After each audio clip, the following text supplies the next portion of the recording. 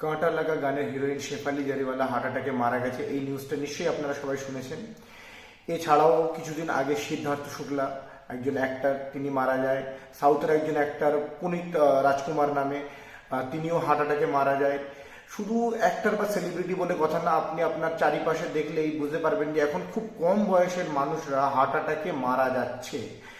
যদি একটু খেয়াল করেন তাহলে বুঝতে পারবেন যে 2020 সালের আগে হার্ট অ্যাটাকের যে হার্ট অ্যাটাকে মারা যাওয়ার যে রেশিওটা ছিল, সেটা 2020 সালের পর আস্তে আস্তে বৃদ্ধি পেয়েছে।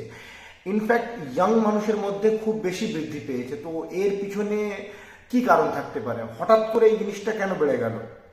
তো এখানে কিছু অংশের মানুষ ধরছে যে 2020 সালে কোভিড এসেছিল এবং কোভিডের সময় সবাইকে একটা ভ্যাকসিন আবিষ্কার হয় আমাদের ভারতে, সেটা ভারত বায়োটিক্সের ছিল আর একটা সেরাম ইনস্টিটিউট অফ ইন্ডিয়া ছিল।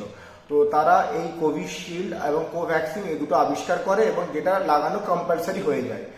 এবারে কিছু অংশের দাবি যে এই ভ্যাকসিন লাগানোর ফলে মানুষের শরীরের মধ্যে এমন কিছু প্রভাব পড়ছে যার ফলে মানুষের কিন্তু হার্ট অ্যাটাকের সম্ভাবনা বেড়ে যাচ্ছে।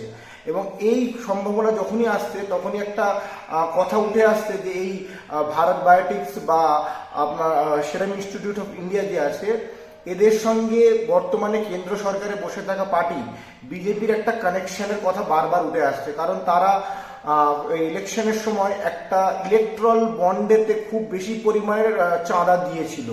তো কোথাও গিয়ে কি এইটা কারণ হতে পারে? আপনার কি মনে হয়? কমেন্টে এসে অবশ্যই জানাবেন।